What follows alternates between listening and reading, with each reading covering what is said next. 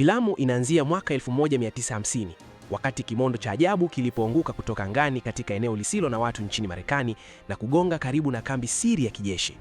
Baada ya tukio hilo la ajabu, viumbe wa kutisha na wakubwa sana wakatokea katika eneo hilo. Viumbe hao wakaivamia ghafla kambi hiyo. Baada ya shambulio hilo, askari 4 pekee ndio wakanusuruka, lakini matatizo yao hayakuishia hapo. Muda mfupi baadaye, askari wengine 2 wakakamatwa na viumbe hao kwa makucha yao makali na kuuawa. Sasa walikuwa wamebaki askari 2 tu. Wote 2 wakakimbilia kwenye handaki lenye giza kuokoa maisha yao, lakini muda mfupi baadaye mmoja wao pia akanaswa. Sasa alikuwa amebaki askari 1 tu. Kwa hofu kubwa akaanza kutafuta njia ya kutoka ndani ya handaki hilo. Giza lilikuwa kubwa sana kiasi kwamba haikuwezekana kuona chochote. Ghafla akafungua mlango na kutazama. Mbele yake walisimama wale viumbe wa kutisha sana. Viumbe vilionekana kama siafu au sisimizi wakubwa sana. Askari huyo akapiga risasi zote za bunduki yake, lakini hata mchubuko haukuonekana kwenye sisimizi huyo. Mwishowe yeye pia akauliwa na viumbe hao. Tokea siku hiyo hakuna mtu aliyewahi kutembelea eneo hilo tena. Sasa katika miaka ya hivi karibuni tunaona marafiki 2 wakiwa na safari kupitia barabara hiyo hiyo ya jangwani kwa kutumia gari yao. Wakiwa wanaendesha gari lao, wakasimama karibu na milima. Mmoja wao akasema kuwa ameona kitu kisicho cha kawaida chini ya mlima huo. Wote 2 wakashuka na kuangalia. Kulikuwa na maganda kadhaa ya risasi yaliyotawapea chini, wakifikiri labda kulikuwa na mapigano ya vita hapo zamani. Kisha walipotazama kwa makini zaidi, wakaona mkono wa binadamu uliokatika ukiwa chini. Walipoona hivyo, wote wakaingiwa na hofu. Lakini kabla hawajafanya chochote, ghafla kiumbe mkubwa aliyefanana na siafu akawarukia na damu ikasambaa kila mahali. Mmoja akafanikiwa kukimbia kurudi kwenye gari kwa hofu, lakini yule kiumbe alikuwa na kasi zaidi yake. Ndani ya muda mfupi sana akakamatwa naye pia.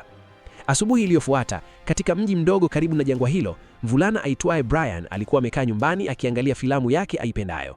Katika filamu hiyo, shujaa John Cage alikuwa akiigiza kama mwendesha pikipiki jasiri anayemuokoa msichana mzuri kutoka kwa zombi.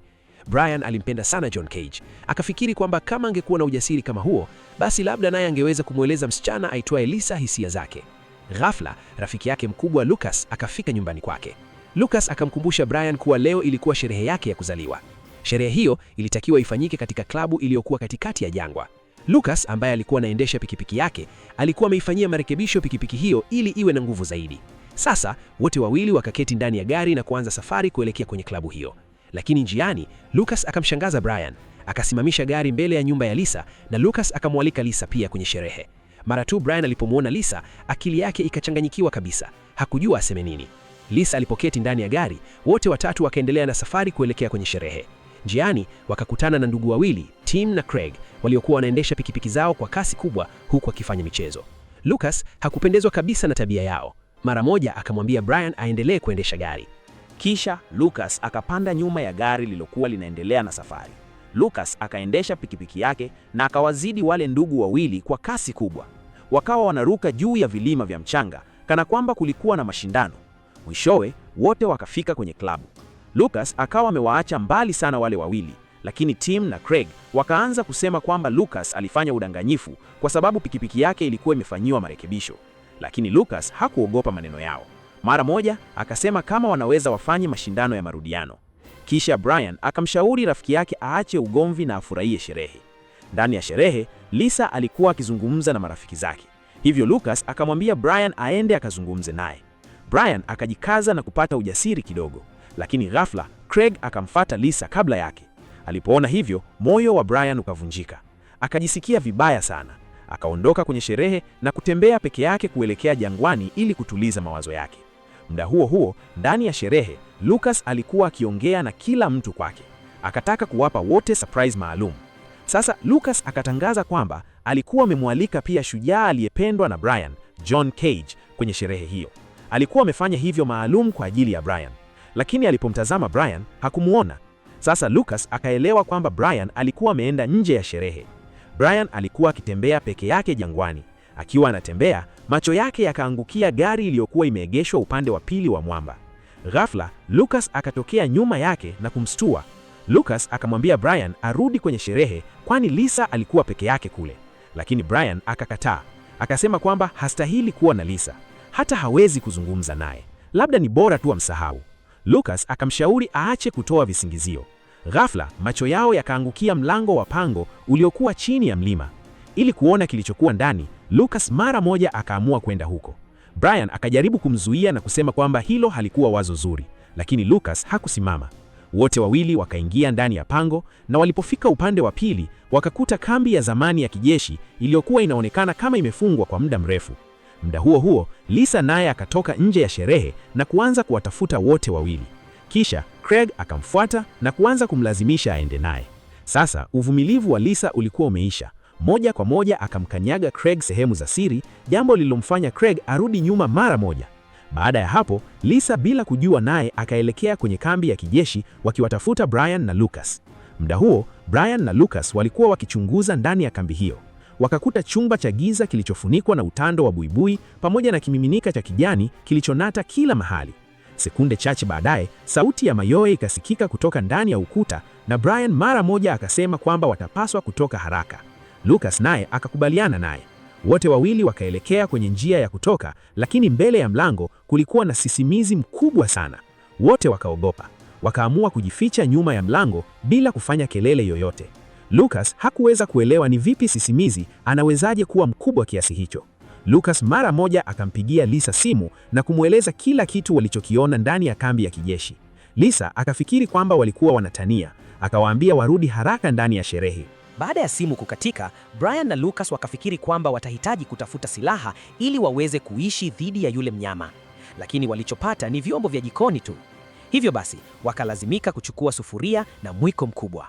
Walipokuwa wanatembea, Lucas kwa bahati mbaya akaangusha masufuria chini. Sisimizi yule aliposikia kelele hiyo, mara moja akakimbia kuelekea walipokuwa. Wote wawili wakainama haraka na kuanza kukimbia kuelekea kwenye mlango. Yule sisimizi akawa anamfuata Lucas moja kwa moja. Ndipo Brian ghafla akagonganisha kiti na tray ili kutoa kelele ili kumvutia yule mnyama amfuate yeye badala ya Lucas. Sekunde iliyofuata, yule sisimizi akakamata miguu ya Brian na kumkokota kuelekea chumba kingine. Lucas akajaribu kumwokoa rafiki yake, lakini angewezaje kufanya hivyo akiwa peke yake? Yule mnyama akamkamata naye pia.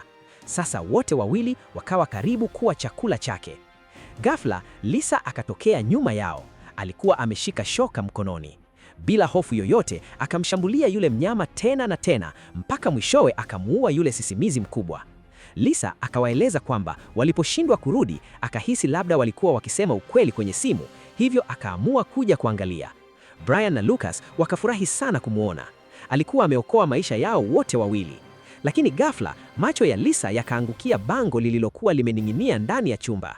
Lilikuwa limeandikwa kwamba sisimizi anapokufa hutoa harufu maalum inayowavuta sisimizi wengine kufika eneo hilo haraka. Hii ilimaanisha kwamba kambi hiyo ya kijeshi tayari ilikuwa ikifanya utafiti kuhusu sisimizi hao. Na muda huo huo, sisimizi wengine wakaanza kuingia ndani ya chumba hicho. Walikuwa wakifuata harufu ya yule sisimizi aliyekufa. Wote watatu wakakimbia haraka kutoka hapo na kufika kwenye chumba kikuu. Kamera zilizokuwa ndani ya chumba hicho zikaonyesha kwamba sisimizi wengine wengi walikuwa wamefungiwa ndani ya chumba fulani. Brian akagundua kwamba kulikuwa na mfumo wa bunduki uliounganishwa na kamera hizo. Akatumia kompyuta ya chumba hicho kuanza kuwafyatulia risasi wale sisimizi kana kwamba alikuwa anacheza game. Ghafla, video ya zamani ikaanza kuchezwa kwenye skrini. Ndani ya video hiyo akaonekana mwanasayansi aitwaye Dr. Renard. Akaeleza kwamba kimondo kilichoanguka jangwani mwaka 1950 kilikuwa na DNA ya viumbe wa ajabu. Jeshi likachanganya DNA hiyo na DNA ya sisimizi pamoja na buibui wakubwa na kufanya majaribio ya siri. Baada ya majaribio hayo, ukubwa wa sisimizi hao ukaongezeka kwa kasi sana. Wakawekwa kwenye vyumba maalum vya usalama huku utafiti ukiendelea kufanywa juu yao. Kadri muda ulivyopita, sisimizi hao wakawa na akili nyingi sana. Siku moja, malkia wa sisimizi akatoroka kwa ujanja. Muda mfupi baadaye, akaanza kutaga mayai mengi. Lakini sisimizi walihitaji pombe ili mayai yao yaweze kukua. Hawakuweza kupata pombe jangwani, ndio maana wakaendelea kubaki ndani ya kambi hiyo. Lakini kama watatoka jangwani, wataweza kuwa tishio kwa dunia nzima.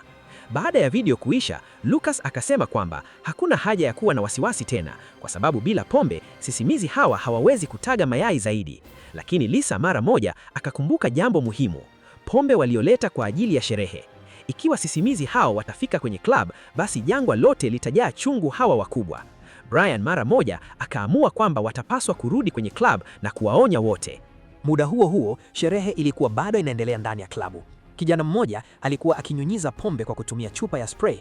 Ghafla, kijana mwingine akaenda kuchukua pombe zaidi. Alipofika huko, akaona sisimizi mkubwa akinywa pipa zima la pombe peke yake. Kwa hofu kubwa, akapiga kelele na kuanza kukimbia. Lakini yule chungu akalitupa lile pipa kichwani mwake na kijana huyo akaanguka na kupoteza fahamu. Baada ya hapo, yule mnyama akaingia moja kwa moja ndani ya sherehe. Akamrushia msichana mmoja kimiminika kinachonata ambacho kilifanya uso wake kuanza kuyeyuka. Kila mtu akaanza kupiga kelele kwa hofu. Yule sisimizi pia akaanza kutoa sauti za kuwaita wenzake zaidi. Sasa sisimizi hao wakaanza kuchukua pombe ili waweze kuongeza idadi yao. Wakati huo huo wakaanza kuwashambulia watu. Ndani ya sekunde chache tu, klabu nzima ilikuwa imejaa sisimizi wakubwa. Watu wakaanza kukimbia kuokoa maisha yao, lakini sisimizi wakawakamata wengi wao. Wale ndugu wawili walioonekana mwanzo wa hadithi pia wakaanza kukimbia kwa kutumia pikipiki zao, lakini sisimizi hawa walikuwa na kasi zaidi yao na wakamkamata Craig. Dakika chache baada ya shambulio hilo, Brian, Lucas na Lisa wakarudi kwenye klabu. Walipofika huko, eneo lote lilikuwa kimya kabisa. Kulikuwa na mabaka ya damu kila mahali.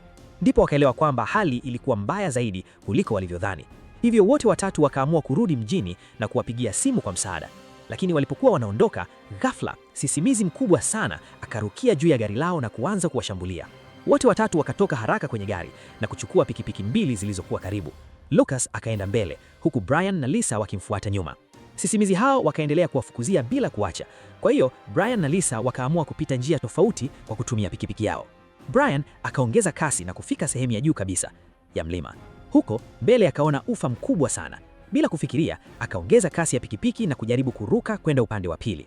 Lakini Lisa mara moja akakanyaga breki kwa sababu alijua kwamba wasingeweza kufika upande wa pili. Kwa hasira, akamuuliza kwa nini alitaka kufanya jambo hatari kiasi hicho. Brian akajibu kwamba alikuwa anajaribu kuwa kama Lucas. Alikuwa akifikiri kwamba Lisa alimpenda Lucas.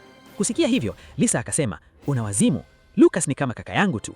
Mimi siku zote nilikupenda wewe. Nimekuwa nikisubiri useme kitu kuhusu hisia zako. Nilikuja kwenye sherehe hii kwa sababu yako. Vinginevyo sina hata hamu na mambo haya." Brian akabaki ameshangaa sana baada ya kusikia maneno hayo. Lakini kabla hajajibu chochote, ghafla sisimizi mkubwa sana akatokea na kumkamata Lisa, kisha akaanza kumkokota kuelekea jangwani. Brian akaendelea kujaribu kumwokoa, lakini yule sisimizi akatoweka naye. Alipoona hivyo, Brian akavunjika moyo kabisa. Baadaye kidogo, Lucas akafika hapo. Brian akamweleza kila kitu na kumwomba msaada wa kumwokoa Lisa. Wote wawili mara moja wakaanza kufuata njia ambayo Brian alimuona mwisho yule sisimizi. Mbele kidogo wakakuta pango. Walipoingia ndani yake, wakaona kwamba eneo lote lilikuwa limejaa kile kimiminika cha kijani kinachonata, na kila mahali kulikuwa na mayai yaliyokuwa yakinaa kwa mwanga wa kijani. Sasa, kwa kuwa sisimizi walikuwa wamepata pombe, mayai hayo yalikuwa karibu kutotolewa, na muda msipi baadaye sisimizi wakubwa zaidi watazaliwa. Muda huo huo, Brian akaona kwamba watu wengi waliokuwa kwenye sherehe bado walikuwa hai, lakini walikuwa wamenaswa ndani ya utando huo wa ajabu.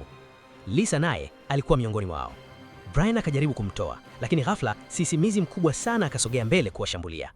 Mara moja, sauti kubwa ya bunduki ikasikika na yule sisimizi akaanguka chini. Risasi hizo zilikuwa zimepigwa na Dr. Renard ambaye alikuwa amefika hapo. Njia ilipokuwa wazi, Brian akajaribu tena kumtoa Lisa, lakini ule utando ulikuwa mgumu sana na ulikuwa umejishikiza ukutani.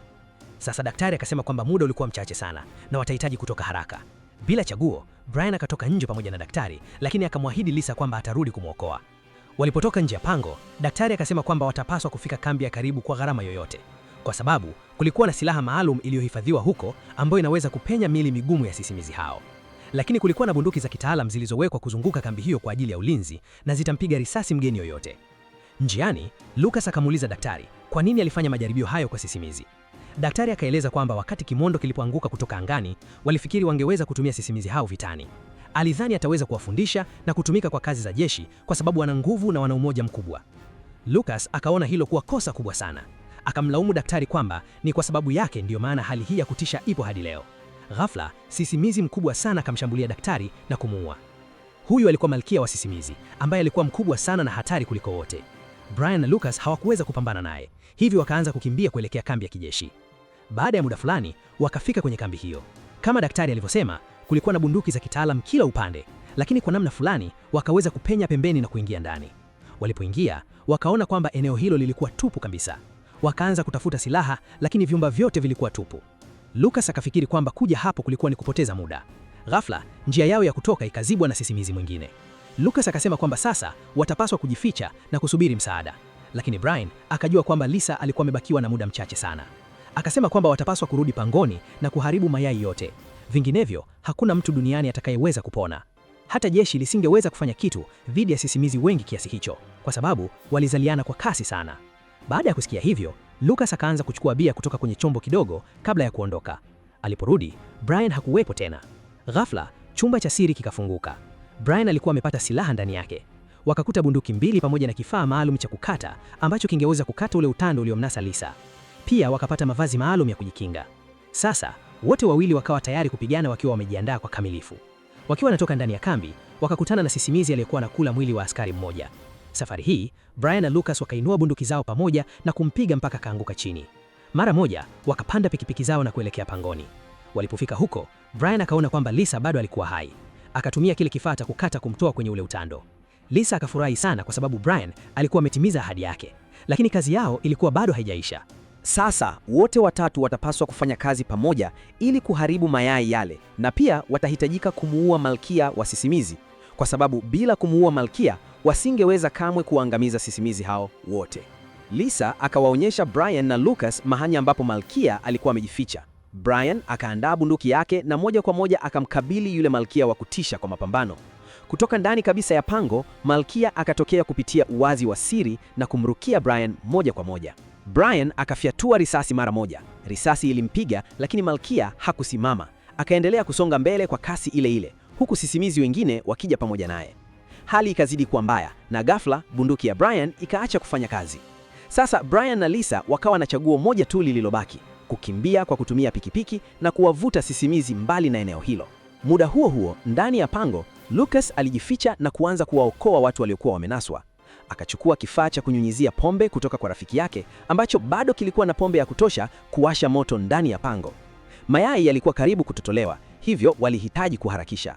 Baada ya kuwaokoa watu wote, Lucas akamwaga pombe hiyo kila sehemu ndani ya pango, na alipokuwa karibu kuwasha moto, akasikia sauti ya mtu ambaye bado alikuwa hai. Aliposogea karibu, aligundua kwamba Tim bado alikuwa hai. Mara moja Lucas akamsaidia kutoka. Muda huo, Brian na Lisa walikuwa wamefika kwenye ule ufa mkubwa waliokuwa karibu kuanguka hapo awali. Hawakuwa na njia nyingine ya kutoroka. Malkia alikuwa akiwakaribia kwa kasi kutoka mbele yao. Brian akahisi kwamba kila kitu kilikuwa kimekwisha, lakini Lisa akasema, safari hii jaribu kuruka. Akaongeza kusema, ninakuamini, unaweza kufanya hivyo. Brian bado hakuwa na uhakika, hivyo Lisa akambusu ili kumpa ujasiri, kisha akasema, kama unataka busu lingine, basi ruka, sawa? Hatimaye, Brian akaongeza kasi ya pikipiki kwa nguvu zote kuelekea kwenye ule ufa mkubwa, na kwa wakati sahihi kabisa, wote wawili wakaruka hadi upande wa pili. Hawakuamini kwamba walikuwa wamepona.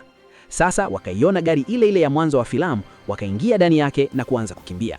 Lakini ghafla, gari hilo likaanza kuvutwa kurudi nyuma. Kumbe sasa, Malkia alikuwa ameweza kutengeneza utando kama wa buibui. Akarusha utando huo na kuanza kulivuta gari kurudi kwake. Ndipo Lisa akachukua bunduki ya Brian ambayo ilikuwa imeanza kufanya kazi tena, akalenga kwa makini na kufyatua risasi moja kwa moja kichwani mwa Malkia. Malkia akaanguka moja kwa moja ndani ya shimo refu sana. Hatimaye adui wao wa kutisha alikuwa ameangamizwa. Lakini alipokuwa akianguka, mwili wake ukaendelea kulivuta lile gari pamoja naye. Brian na Lisa waliweza kuruka kutoka kwenye gari hilo sekunde za mwisho kabisa kabla halijaanguka. Muda huo huo, ndani ya pango, Lucas akamtoa Tim nje na kuwasha moto. Ghafla, sisimizi mmoja aliyekuwa ametoka kutotolewa kutoka kwenye yai akamshambulia. Lucas kwa shida sana akaweza kujitoa na kuponda kichwa chake kwa mguu wake. Lakini kufikia wakati huo, moto ulikuwa tayari umeenea ndani ya pango lote na Lucas akanaswa humo ndani. Baadaye kidogo, Brian na Lisa waliporudi, wakamkuta Tim. Tim akawaambia kwamba Lucas alikuwa ameokoa kila mtu, lakini alipokuwa akiwasha moto, yeye mwenyewe alikwama ndani ya pango. Brian hakuwa tayari kumwacha rafiki yake afe humo ndani. Akafikiria kuingia kumwokoa, lakini moto ulikuwa umeenea sana. Ghafla, Craig akafika hapo kwa kutumia pikipiki yake. Akafurahi sana kumwona ndugu yake akiwa hai. Alipogundua kwamba Lucas ndiye aliyekuwa ameokoa maisha ya Tim, akaamua kulipa deni hilo. Mara moja akachukua pikipiki yake na kuingia ndani ya pango. Sauti kubwa za milipuko zilikuwa zikisikika kutoka ndani, ikionekana kana kwamba kila kitu kilikuwa kimeisha, lakini katika sekunde za mwisho kabisa, Craig akamtoa Lucas nje ya pango kwa kutumia pikipiki yake. Wote wawili walikuwa salama na kila mtu akafurahi sana. Baada ya kunusurika katika hatari hiyo, wote wakarudi kwenye club ili kushughulikia kilichokuwa kimebaki huko. Uadui wa zamani kati ya Lucas na wale ndugu wawili ukaisha kabisa. Ghafla, Brian akapata mshangao wake. Shujaa wake aliyempenda sana, John Cage, alikuwa amefika hapo. Akakutana na Brian na Brian akafurahi sana kumwona. Brian akampa John kopo la pombe, lakini alipokuwa karibu kunywa, ghafla utando ukaja na kulivuta lile kopo. Kila mtu akaelewa kwamba bado kulikuwa na sisimizi mmoja mkubwa aliyenusurika. Lakini safari hii hakuna aliyekuwa na hofu. Brian, Lucas na Lisa wakainuka pamoja na mara moja wakamwangamiza. Kila mtu akahisi kwamba sasa kila kitu kilikuwa sawa. Lakini baadaye wakagundua kwamba ndani ya kambi ya jeshi bado kulikuwa na chumba kilichokuwa na wadudu wengi wakubwa wamefungiwa ndani yake. Hii ilimaanisha kwamba hatari ilikuwa bado haijaisha kabisa. Hivyo basi, filamu yetu inafikia mwisho wake. Kama ulipenda video hii, tafadhali like na subscribe. Pia bonyeza alama ya kengele ili kupata video inayofuata na nyingine nyingi zaidi. Asante kwa kutazama na kwaheri.